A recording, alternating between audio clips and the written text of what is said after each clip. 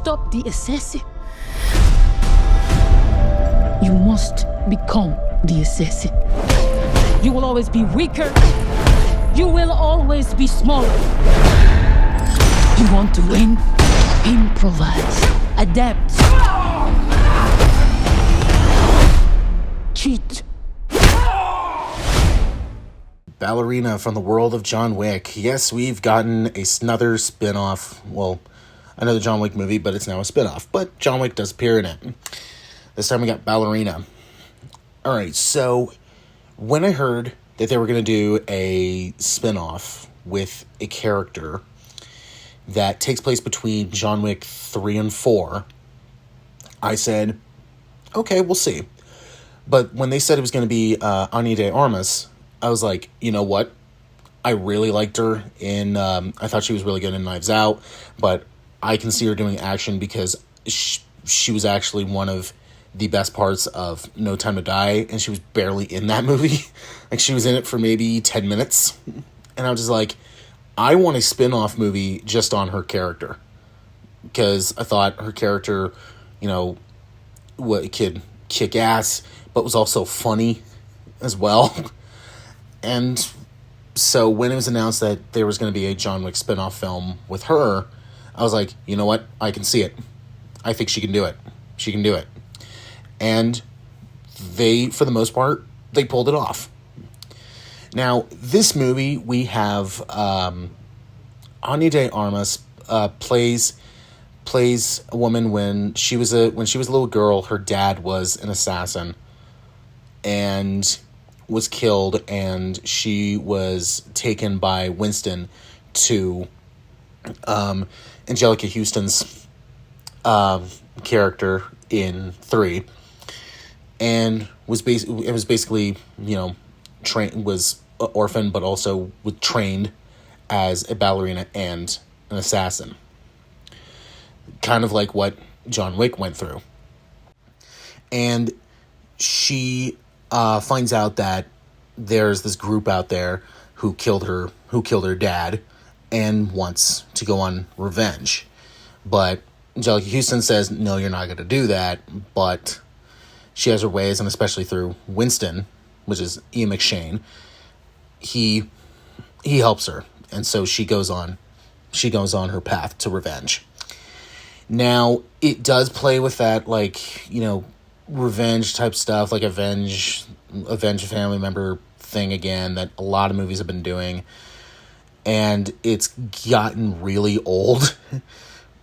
But, you know, you go back to something like the first John Wick, is that it was revenge for, you know, they stole his car and killed his dog. Where with this one, it's and then with the series progressed, it was he was just going down a downward spiral to try to get out again. And with this one, it was like, well, we're already here. I'm already in the chute, so, you know, let's just try to avenge father, which, you know, works in this, but then again, the story isn't really what you came to see. When it comes to these type of movies, you want to see the action, and the action is done really well.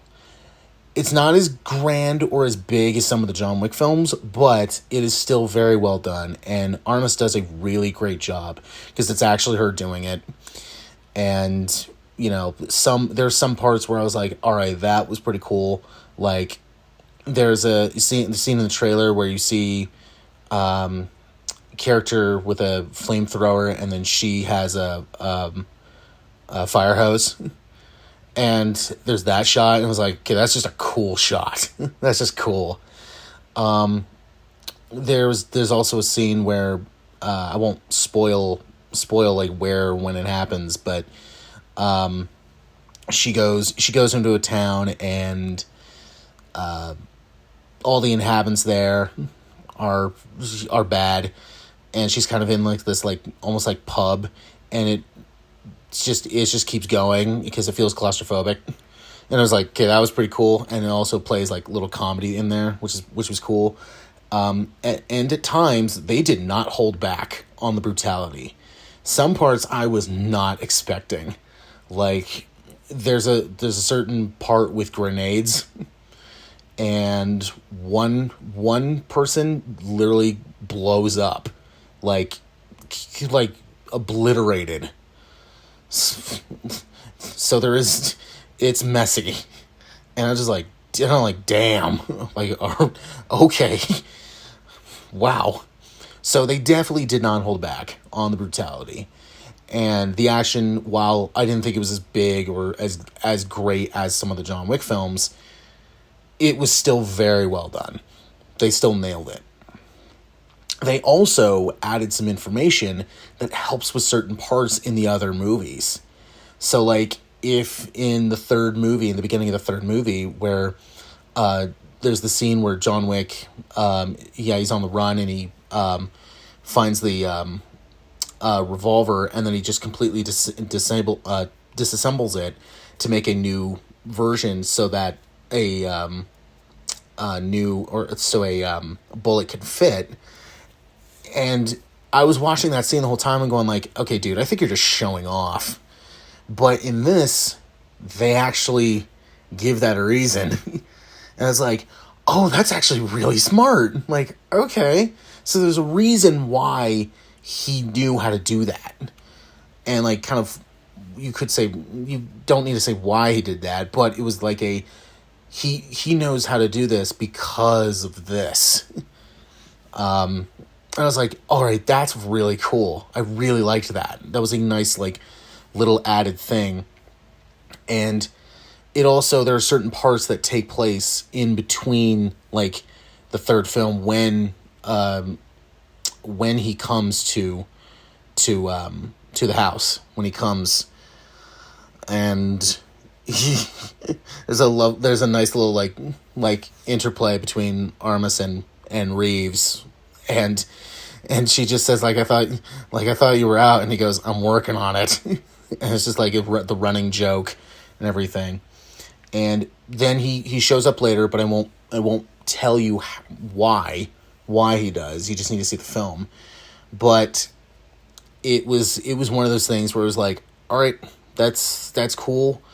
We get to see him fight again. But it wasn't something where it was, okay, now he's here, now he's going to steal the show.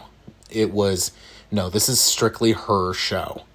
And so, he's just there to help drive the story and to put something that I won't say, but, to add some like, tension and stuff. So now there is a twist that could work for some people, but for me, I saw it a little bit coming. And it has to do with her and somebody and of one of the villains, like, people. And I was just like, I feel like there's going to be something, and there is. And I was like, yep, that's kind of what I thought. Now, also, despite the fact that it takes place between the third and fourth film, there are still some questions regarding Wick that aren't addressed, especially, like, you see parts that take place, like, during 3, and then it's like, okay, if you go from that to then the beginning of 4, you're like, okay, where, I'm not going to spoil, like, what happens in 3 and 4, like the end of 3 and the beginning of 4, but it is kind of one of those, okay, we need to explain this, like, explain that.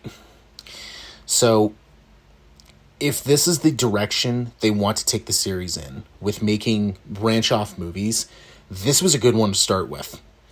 I think Ana de Armas proved she can do action with No Time to Die, and with this one, she proves that she can do it really well, and very, very gritty and brutal.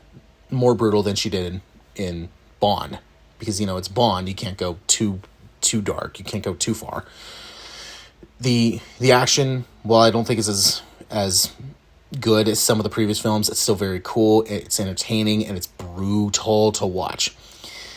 The writing isn't special, but then again, it's the action it's the centerpiece.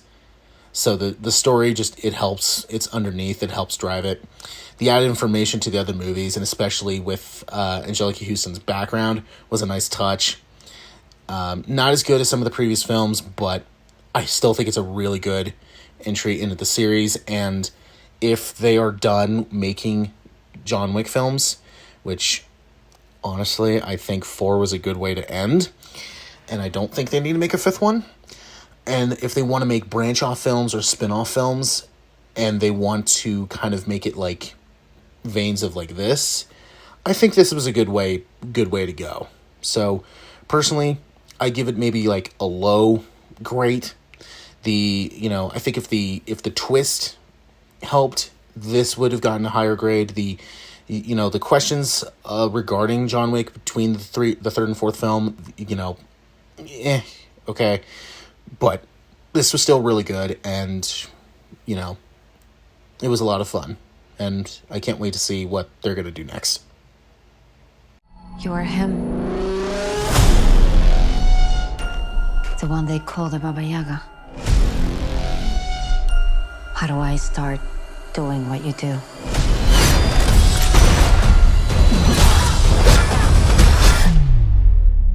Looks like you already have.